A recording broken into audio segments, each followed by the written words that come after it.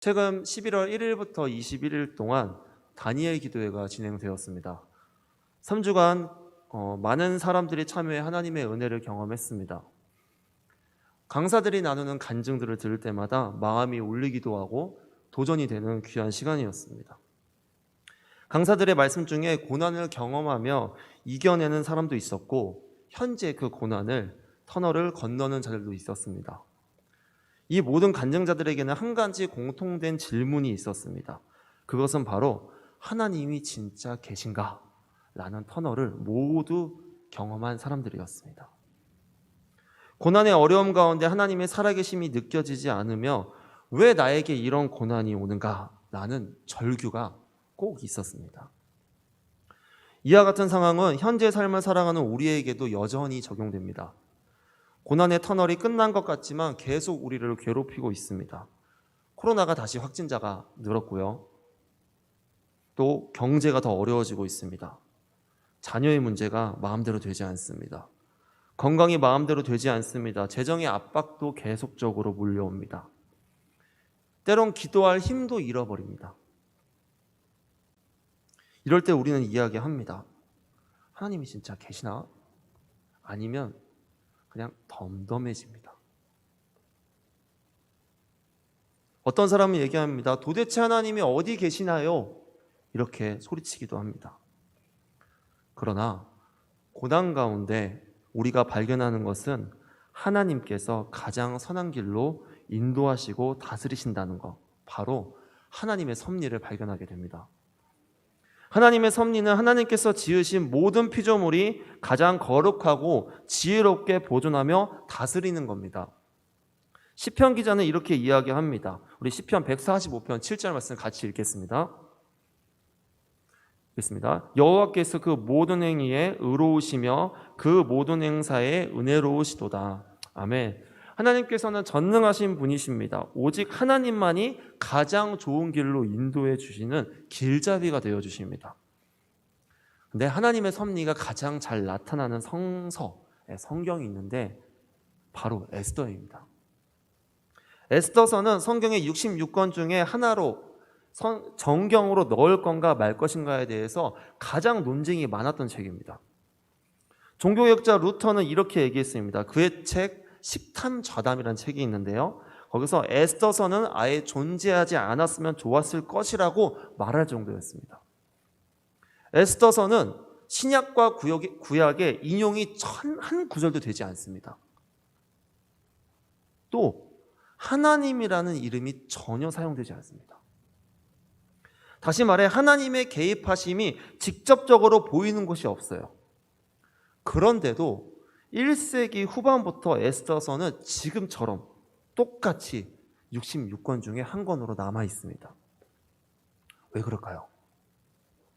그 이유는 보이지는 않지만, 그 성경에 나타나지는 않지만 하나님의 섭리와 구원하심을 우리가 깨달을 수 있기 때문입니다. 사랑하는 성도 여러분, 하나님이 보이지 않습니까? 없는 것 같이 느껴지십니까?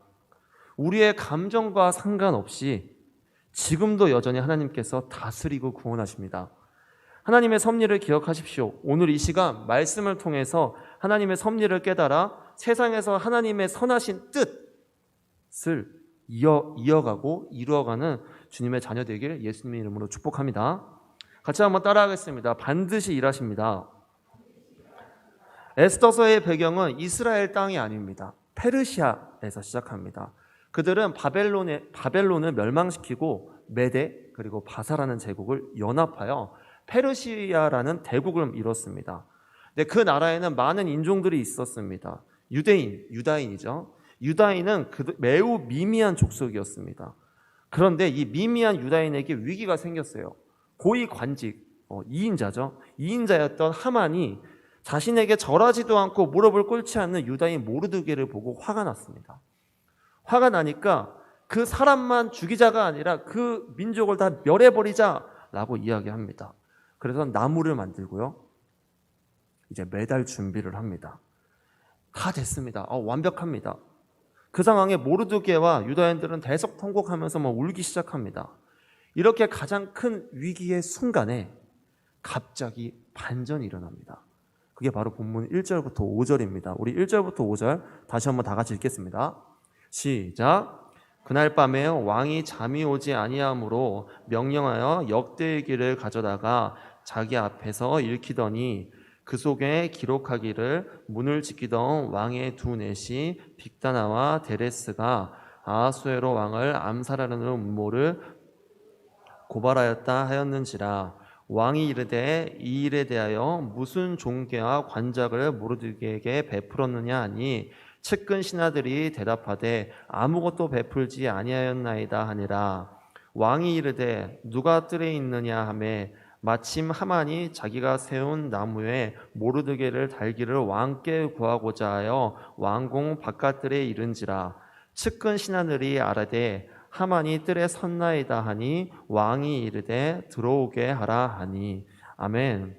1절에 보면 그날 밤에 왕이 잠을 못 이루게 됩니다. 이 왕은 아하수에로 왕입니다. 300에 나오는 페르시아 왕입니다. 300 영화. 이 아하수에로 왕은 굉장히 나태한 왕이라고 이렇게 전해집니다. 그리고 잔치를 정말 많이 좋아했습니다. 때로는 암살의 위협이 있었을 때 모르드게가 에스더를 통해서 이제 죽일 것 같아요. 그래서 얼른 피하세요 했을 때 위기를 넘겼습니다. 그때 모르드게와 에스더의 관계 사이도 물어보지도 않습니다. 그냥 넘어가는 사이입니다. 무관심한 왕이었습니다. 그러다 아하수에로가 잠이 오지 않아 역대일기를 읽게 됩니다. 그리고 그 왕중 일기, 수많은 일기 중에 한 이름에 관심을 갖게 되는 그게 바로 모르드게였습니다. 그리고 그에 대해 묻고 종기를 베푸려고 합니다. 우리는 이 모든 것이 우연이라고 할 수 있습니다. 왕이 잠이 오지 않을 수 있어요. 그럴 수 있죠. 역대 일기를 읽은 것도 우연일 수 있어요. 당연히 읽을 수 있으니까요. 그런데 그 많은 왕중 일기 중에서 모르드게 사건에 관심을 가졌다? 이것도 우연일 수 있어요. 이것도 우연일 수 있습니다. 우리가 봤을 때 우연일 거야. 그런데 그가 읽고 상을 주려 하는 그때 밖에서 하만은 모르드게를 죽이려고 청원하기 위해서 뒤에 기다리고 있었다라는 거예요. 그 시기에 아하수에로 왕이 그 역대 일기를 본 겁니다. 이 모든 것이 정말 우연이었을까요? 한국어 성경에서는 왕이 잠이 오지 아니함으로라고 기록되어 있지만 헬라어로 번역된 70인역에서는 이렇게 표현합니다. 그러나 주님께서 왕의 잠을 달아나게 하셨다. 그리스도인은 우연이라는 말을 하지 않습니다. 하나님의 섭리라고 이야기합니다. 이 모든 것은 하나님의 기쁘심 섭리 말고는 이해할 수 없는 겁니다. 반전 사건에 에스더, 모르드게 어떤 역할도 없었습니다. 그들이 열심히 기도했나요? 에스더서에 기도했다는 내용은 전혀 없습니다. 인간의 역할이 들어가지 않습니다. 오직 하나님의 주권과 하나님의 섭리가 이루어가는 겁니다. 이 하나님의 기쁘신 섭리로 이 위기에서 반전을 이끌입니다. 아하수에로 왕의 마음을 만진 것도 하나님이요, 역대일기를 모르드게 사건에 관심을 두게 한 이도 하나님이요, 그에게 상 줄 것을 생각한 이도 하나님이었습니다. 밖에는 하만이 나무에 달라고 기다리고 있었어요. 그를 죽이기 위해 간청하고 있습니다.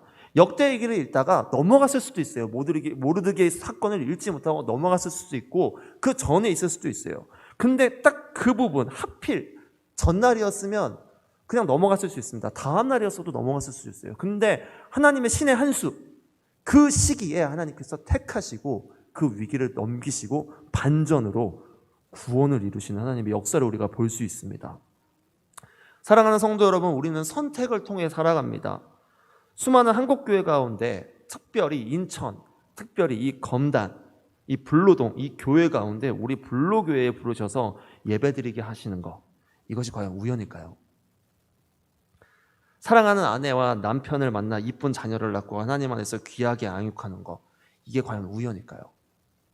매 순간 사고가 나지 않고 건강을 보호하시는 것, 추운 날씨 가운데 보일러가 망가지지 않고 따뜻하게 잠을 청하는 것, 하나님이 보이지 않는다고 고난의 하나님은 어디 계시냐고 말할 그때에도 변함없이 먹을 것을 허락하시고 우리에게 화낼 수 있는 건강을 주신 것, 이 모든 게 다 우연일까요? 바로 하나님의 섭리입니다. 사랑하는 성도 여러분, 하나님께서는 분명히 일하십니다. 우리가 보이지 않는 곳에서 이미 움직이셨고 가장 좋은 길로 인도하십니다. 중요한 거는 우리가 하나님의 섭리하심을 믿지 않을 뿐이고 거부할 뿐인 거죠. 인간은 한계가 분명합니다. 코로나라는 전염병 하나에 이렇게 무기력하게 무너집니다. 우리의 어떠함과 상관없이 하나님은 여전히 우리를 하나님을 섭리하심과 다스림으로 보호하십니다. 그렇기 때문에 우리가 해야 할 것은 믿는 거고요. 하나님은 그 믿는 자에게 반전을 준비하십니다.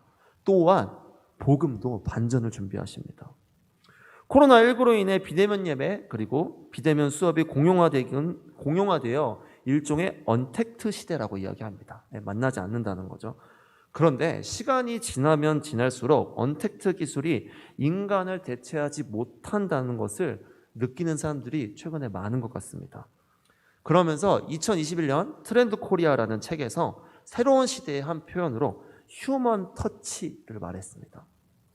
이 휴먼 터치는 뭐냐? 비대면으로 편해지고 있지만 역설적으로 사람의 손길이 더욱 필요해졌다는 겁니다. 첨단 기술이 들어오면 들어올수록 여전히 사람의 손길이 필요한 거죠. 최근 5년 동안 주택공사에서 고독사로 죽은 사람이 102명입니다. 사람의 손길이 닿으면 안 되는 이 시기예요. 절대 사람의 손길이 닿으면 안 됩니다. 근데 더 웃긴 건 사람의 손길이 더욱더 중요시되고 있습니다. 이거는 누가 의도한 게 전혀 아닙니다. 인간이 의도한 것도 아니고 저희가 노력해서 어느 한 사람의 영향을 준 게 아닙니다. 이거는 하나님의 계획 안에 있는 겁니다. 우리는 복음의 물결이 넘칠 수 있도록 수용되는 시기를 준비해야 됩니다.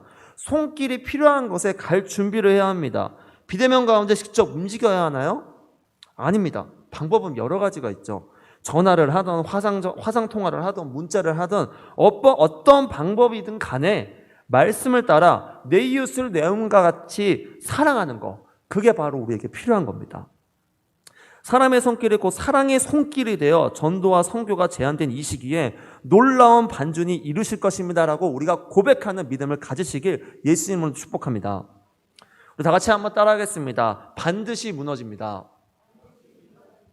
에스더서에 빼먹을 수 없는 한 인물이 있습니다. 그 인물은 바로 하만입니다. 이 하만은 아각 자손의 사람이에요. 아각은 조금 더 올라가면 아말렉 족속인데 이 족속은 예전부터 유대인과 적대 국가였습니다. 아말렉 족속도 멸망을 한 거예요. 멸망을 하고 이 페르시아 소수민족 유다인과 같이 들어가서 안정적인 삶을 살기 어려웠습니다.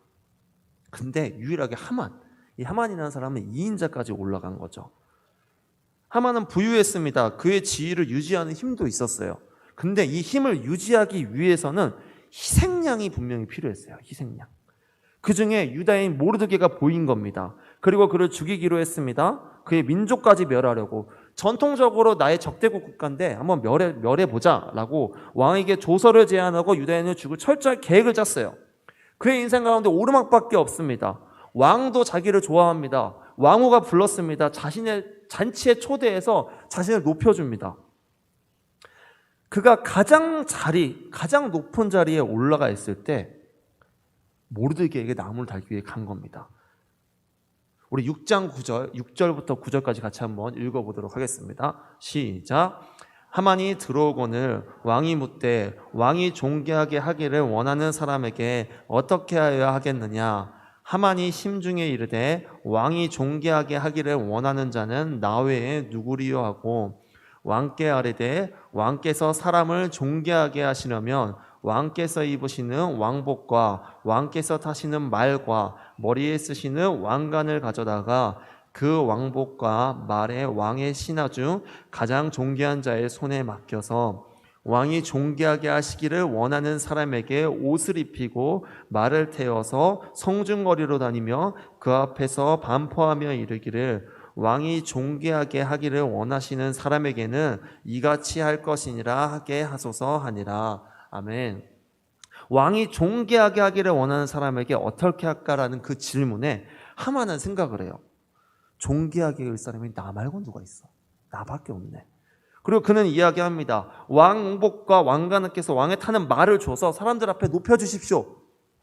하만에게 있어서 왕의 모습으로 자기가 한 바퀴 돈다? 이건 자신의 명예의 가장 최고점을 찍는 거였어요. 그런데 그때부터 하만의 상황이 급속도로 바뀝니다. 스스로 존귀한 자라고 생각했던 그 교만 때문에 자신이 죽이고자 했던 모르드게를 죽이지 못하는 상황을 만들어 버렸어요. 하만의 계획이 조금씩 균열이 가고 틀어지기 시작합니다. 왜 그러냐? 하나님께서 하만의 계획에 개입하시기 시작한 것입니다. 사랑하는 성도 여러분, 하나님께서는 교만한 자를 싫어하십니다. 성경은 분명히 이야기합니다. 우리 잠언 16장 18절, 잠언 18장 12절 같이 한번 읽겠습니다. 시작. 교만은 패망의 선봉이요 거만한 마음은 넘어짐의 앞잡이니라. 사람의 마음은 교만의 멸망의 선봉이요 겸손은 존귀의 앞잡이니라. 아멘. 하나님께서는 하만의 교만을 보셨습니다. 우리는 하만의 교만을 통해 두 가지를 깨닫습니다. 첫 번째는 우리 주위에 다양한 모습의 하만이 있다는 거예요. 그리고 또 하나는 교만함으로 인해 내 자신이 하만이 될 수 있다는 겁니다. 그리스도인이 된다는 것은 예수님을 따르는 삶입니다. 예수님은 겸손의 왕이셨으면 평화의 왕이셨습니다. 내 자신이 정말로 진정한 그리스도인이라면 내 주위에 나를 죽이려고 노리는 하만이 분명히 존재합니다.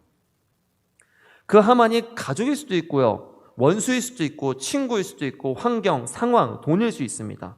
그런데 이 하만의 배후에는 그들의 교만함을 이용하는 마귀의 권세가 있습니다. 우리 베드로전서 5장 8절 읽겠습니다. 다 같이 읽겠습니다. 시작. 근신하라 깨어라 너희 대적 마귀가 우는 사자같이 두루다니며 삼킬 자를 찾나니. 아멘. 마귀는 우리를 삼키기 위해 찾아다닙니다.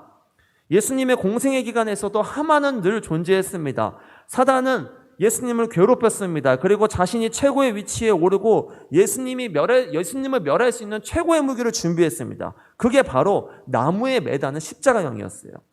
그러나 십자가는 사단의 최고 무기가 아닌 자신의 나락으로 떨어지는 가장 위협이 되는 무기로 바뀌어 버렸습니다. 그것이 구원에 이른 유일한 길이 되어버렸어요. 그로 인해 마귀가 힘을 잃었습니다. 무너졌습니다. 하만도 이와 동일합니다. 그가 자칭 가장 존귀한 자라고 교만함이 가득 차 있을 때 하나님은 그를 무너뜨리셨습니다. 사랑하는 여러분, 참된 그리스도인이십니까? 여러분 주위에 하만이 있으십니까? 하나님께서는 반드시 교만한 하만을 무너뜨리십니다. 그렇게 우리가 해야 할 것은 겸손해야 됩니다. 여러분이 하만이 되지 않도록 늘 깨어 기도하십시오. 그리스도인으로서 고난이 있습니까? 겸손하며 잘하고 있다는 뜻입니다. 그렇기 때문에 감사하십시오. 내 삶에 늘 평탄함만 있습니까? 교만하지 않도록 기도하십시오. 겸손한 그리스도인으로서 하나님 앞에 나아갈 때 하나님께서 여러분을 괴롭히는 하만을 분명히 무너뜨리십니다. 하나님의 섭리 가운데 늘 겸손함으로 있지 않는 참된 그리스도인이 되기를 예수님의 이름으로 축복합니다. 우리 다 같이 따라하겠습니다. 반드시 승리합니다. 이 이야기를 하만에게 이야기를 들은 아하수에로 왕은 하만의 말대로 사람을 존경하게 하려고 합니다. 그리고 말을 해요. 내 말대로 네가 나가서 모르드게에게 행해. 그 말을 듣고 이제 하만이 이상한 행동을 합니다. 죽이려는 사람에게 왕복을 입히고요, 말을 태우고요, 자기가 하고 싶었던 것들을 지금 모르드게에게 행하고 있는 겁니다. 계획이 완전히 바뀌었습니다. 그러다 보니 머리가 아프기 시작합니다. 성 안을 한 바퀴 돌았습니다. 사람들은 부러움의 대상이 됐습니다. 근데 한 사람은 머리가 번뇌해가지고 힘들어합니다. 그게 누굴까요? 하만이었어요. 그리고 그는 자신의 당한 게 너무 힘들어서 가족에게 달려갑니다. 그리고 이야기합니다. 우리 12절, 14절입니다. 같이 함께 읽겠습니다. 시작. 모르드게는 다시 대궐문으로 돌아오고 하만은 번뇌하여 머리를 싸고 급히 집으로 돌아가서 자기가 당한 모든 일을 그의 아내 세레스와 모든 친구에게 말하며 그중 지혜로운 자와 그의 아내 세레스가 이르되 모르드게가 과연 유다 사람의 후손이면 당신이 그 앞에서 굴욕을 당하기 시작하였으니 능히 그를 이기지 못하고 분명히 그 앞에서 엎드려지리이다. 아직 말이 그치지 아니하여서 왕의 내시들이 이르러 하만을 데리고 에스더가 베푼 잔치에 빨리 나아가니라. 아멘. 하만의 이야기를 들은 자들은 하만에게 절망스러운 이야기를 해요. 지금 가족입니다. 근데 가족인 사람들이 얘기해요. 유다 사람 후손이면 굴욕당할 거래요. 절대 이기지 못할 거래요. 이거는 하만의 친구들이 할 이야기가 아니었어요. 그리고 아내가 할 이야기가 아닙니다. 위로해줘야죠.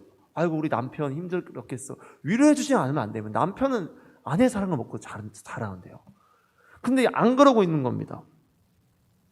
하만이 심지어 여기서 엎드려진다, 죽을 것을 예언하고 있어요. 왜 그랬을까요? 어떻게 이런 말도 안 되는 말을 하고 있는 걸까요? 혹시 아내와 친구들이 그 당시 유대인의 신 여호와를 알고 있었을까요?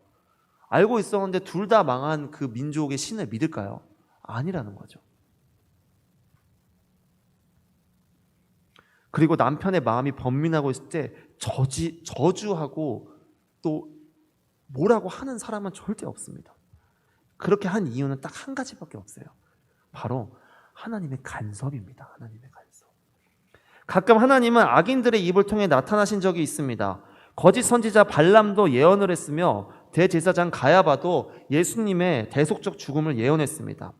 이처럼 하만의 아내와 친구들도 하나님의 주권적 개입으로 하만의 최후에 대해 예언했습니다. 13절 하반절에 이렇게 얘기합니다. 능히 그를 이기지 못한다. 하나님의 섭리하심에 중요한 법칙이 있는데 대적은 반드시 무너지고 하나님의 자녀들은 반드시 승리한다는 것입니다. 하나님의 섭리는 승리가 보장되어 있습니다.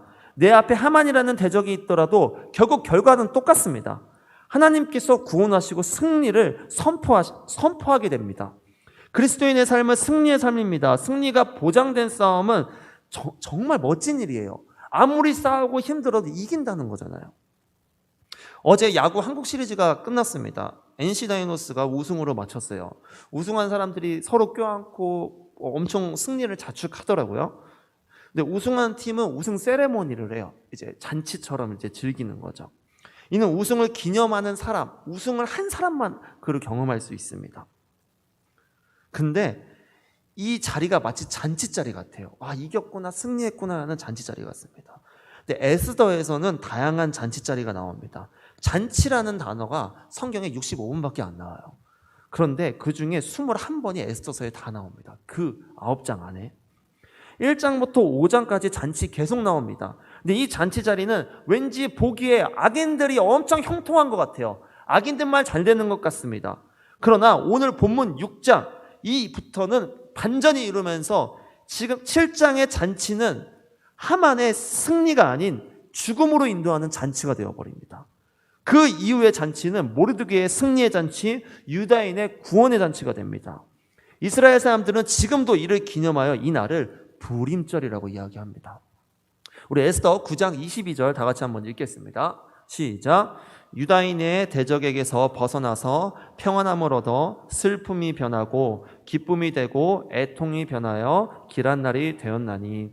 아멘. 이 말씀을 기본으로 부림절을 기념합니다. 그러나 이는 단순히 유대인이 구원받았음을 의미하지 않습니다.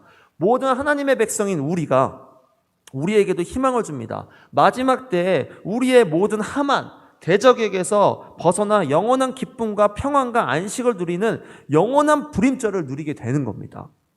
사랑하는 성도 여러분, 하나님의 섭리 가운데 그리스도인들은 반드시 승리합니다. 승리는 우리의 것입니다.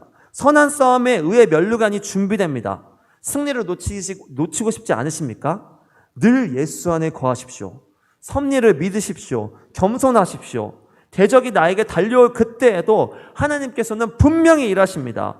분명히 무너뜨리신다, 분명히 승리하신다는 것을 입으로 선포하십시오. 저희가 생각으로만 있으면 안 됩니다. 하나님의 입에는 권세가 있습니다. 하나님의 말씀에 능력이 있습니다. 우리가 입으로 선포하고 나아가는 그때마다 하나님의 놀라운 역사가 일어나게 되는 것입니다. 구세주의 보혈로서 얻었습니다. 우리가 그 입술로 선포해 예수 그리스도의 보혈을 늘 의지하며 나아갈 수 있는 여러분이 되기를 주님의 이름으로 간절히 축복합니다. 말씀을 마치고자 합니다. 이스라엘 백성이 바벨론에 멸망한 후 페르시아 왕 고레스 칙령으로 인해서 이스라엘이 1차 귀환을 하게 됩니다. 스룹바벨을 중심으로 그들이 돌아가 성전을 건축을 하는데요. 그들은 여호와 하나님 이 1차 옮길 때 이스라엘 민족을 택하셔서 우리를 드디어 구원하신다라는 기쁨에 가득 차 있었어요. 그런데 그때 페르시아에 남는 사람들도 있었어요. 많은 사람들이 지적질을 했을 수도 있습니다. 너 하나님의 뜻에 맞춰서 왜 같이 안 가? 여러 사정이 있었겠죠. 이미 정착을 해서 아이들의 상황도 있고 여러 이유 때문에 의도하지 않아서 이 자리에 남아있을 수도 있습니다. 그럼 그들은 버려진 건가요? 그런 의문이 들었을 것입니다. 아, 하나님의 택한 민족은 다 돌아갔지만 나는 이곳에 남아있구나. 하나님이 과연 살아계신가? 하나님이 정말 역사하시나? 나를 보고 계시나? 에스더서는 그에 대한 답을 주고 있습니다. 내가 너를 버린 게 아니라 내가 너의 뒤에서 보이지 않을지라도 늘 항상 너와 함께한다. 사랑하는 성도 여러분, 고난이 있습니까? 그 고난 가운데 자존감이 낮아지는 분도 계시죠? 때로 하나님 앞에 죄송한 마음이 드시나요? 신앙생활이 무너지셨습니까? 그럼에도 불구하고 한 걸음 한 걸음 예수님과 걸어가십시오. 하나님께서 분명히 일하십니다. 하나님께서 하나님의 섭리로 여러분 안에 역사하십니다. 그것을 믿고 나아가는 우리 귀한 성도님 되기를 예수님으로 축복합니다.